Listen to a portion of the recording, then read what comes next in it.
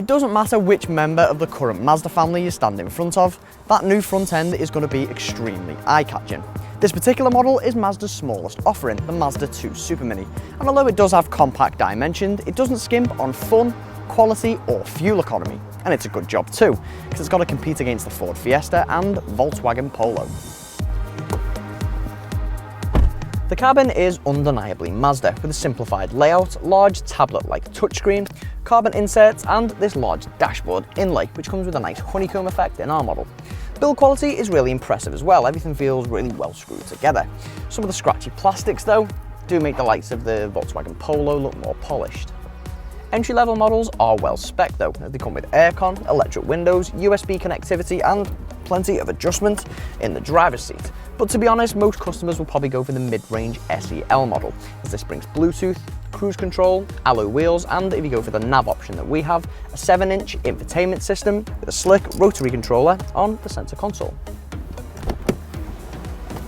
Coming around to the back, it is worth noting that 5 doors do come as standard. Space-wise, okay, it's not overly generous, but it is in line with Supermini competitors. Enough leg and headroom to keep most people happy. The boot is a bit of a mixed bag. There's 280 litres with the seats in place, which is on par with rivals, but you have got this large lip for lifting things in, and when you fold the seats down,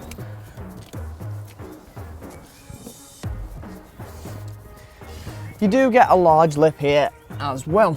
In terms of overall storage space, again, it is on par with rivals, offering 950 litres.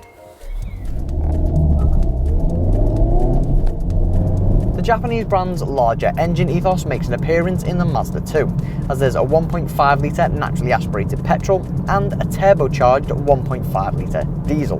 The 1.5 litre petrol comes with either 74, 89 or 113 brake horsepower, but as they're not turbocharged, you will have to wear the gearbox meticulously to get the most out of them.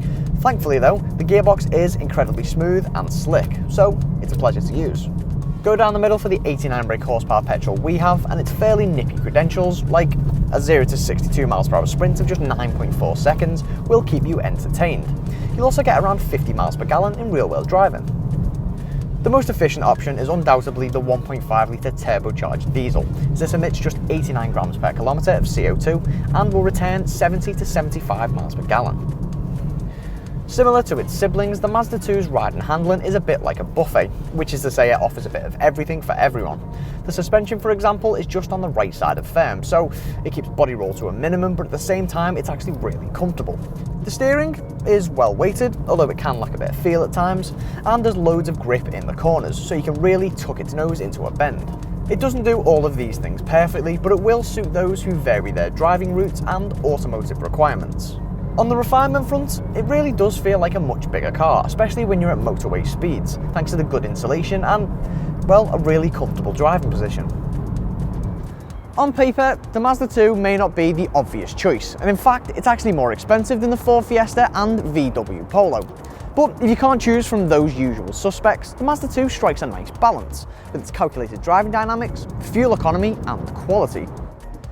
So, would you go for the Mazda 2? Let us know in the comments section below, and don't forget to subscribe to our YouTube channel.